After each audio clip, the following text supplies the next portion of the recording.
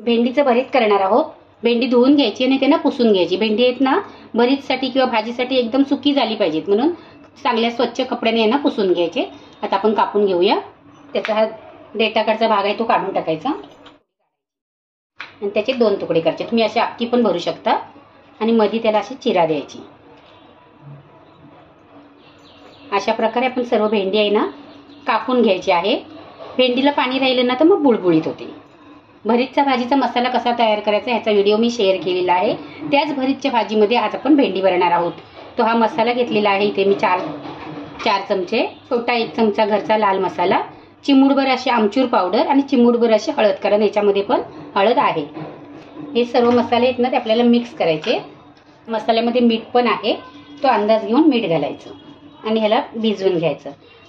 या मसाल्याची लिंक आहे ना ती मी तुम्हाला देणार आहे। तुम्ही हा मसाला तेलात भिजवला तरी चालेल किंवा पाण्यात भिजवलात ना तरी पण चालेल। मसाल्याला मस्त असा सुवास सुटलेला आहे। एक 5 मिनिटं हा मसाला आहे ना तो मी भिजवून ठेवलेला, म्हणजे सर्व मसाले आहेत ना चांगले भिजले ना की चवीला चांगले लागतात। त्याच्यामध्ये 1 चमचा कोथिंबीर घालायची आणि ह्याला मिक्स करून घ्यायचं। भेंडीमध्ये असा अंगठा घालायचा, म्हणजे त्याचं तोंड आहे ना ते उकळतं आणि मग मसाला भरायचा त्याच्यामध्ये। अशा प्रकारे आपली सर्व भेंडी आहे ती भरून झालेली आहे।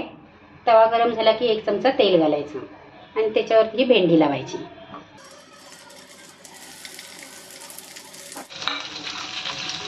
एक साईडने शेकली ना की त्यांना पलटी करायची। अशा आलटून पलटून सर्व साईडने आपल्याला याला शेकून घ्यायचे आहे। चांगलं खरपूस असं आपल्याला सर्व साईडने भाजून घ्यायचं आहे। आपलं भरीत तयार झालेलं आहे। गॅस बंद करायचा। मस्त लागतं चपाती बरोबर। तुम्ही एक साईड डिश म्हणून पण हे भरीत करू शकता।